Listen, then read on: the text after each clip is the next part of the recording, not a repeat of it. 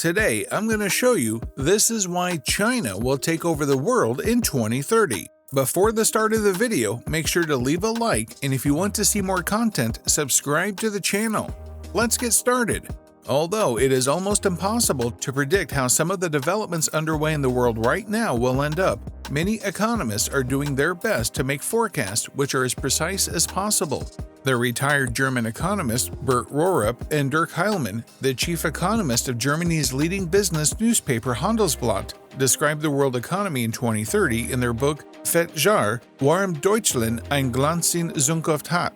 This translates roughly as Great Years, Why Germany Has a Bright Future. But the writers have not only looked at Germany in the book, they describe a future in which the US will still have the largest GDP at $21.2 trillion and will be followed closely by China with a GDP of $19.4 trillion. The third and fourth places, they say, will also be occupied by Asian countries, with Japan ahead of India. Germany, which at the moment is the fourth largest economy in the world, will slip down to sixth, right behind Brazil. If one were to form a new G7, all of the BRIC countries would be part of it, but only 3 of the old members. They write, Germany would be the only European country in the club of the largest economies. For his part, the director of the German Development Institute, Dirk Messner, predicts that the rest of the 21st century will not be dominated by the West.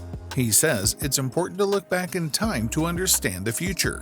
From the beginning of the Industrial Revolution to 1960, only 2 economies grew faster than Western industrial countries. The Industrial Revolution was a process that led to the rise of the West.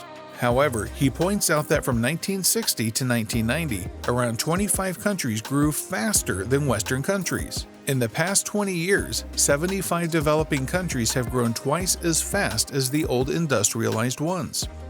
The role of globalization. That means that globalization has enabled members of the Organization for Economic Cooperation and Development to catch up to the industrialized countries, Messner adds. As little doubt as he has that China will be the world's largest economy as soon as 2030, he cannot be so certain that the country will have experienced a subsequent, quote, gradual political liberalization. China is entering a phase in which its population is prospering and demanding to have a say, he points out. Quote, history has shown that, aside from a few economies based on oil, no economy with a GDP of over $7,000 per capita has remained an autocracy, he says. European crisis. As Europe suffers rough times, it is anyone's guess how the debt crisis will end. The premise of Rohrup and Heilmann's glowing scenario is that the Eurozone will get banks and finances straightened out. But what if they don't? What if the Eurozone breaks up? That would be devastating for Europe, says Heilmann. In terms of economic output, it would be a defeat that would require at least 10 years to recover from, but it would also have an impact on the world economy. African growth. The debt crisis gripping the industrialized country has hardly had an effect on the countries of the African continent, which have seen an average annual growth of between 5 and 7%. However, Heilmann says it would be a misconception to assume the continent is booming, although high growth rates are forecast to continue in the medium term. The problem is that Africa's population continues to grow very rapidly, he says. Africa would need above-average growth just to remain where it is today. Messner also points out that Africa's economic growth is still very resource-based. We have seen a lot in the past that a boom in resources and an increase in cash flowing in has often led to more corruption and in many cases even to conflict. Economists refer to that as the resource curse. Latin America and social disparities.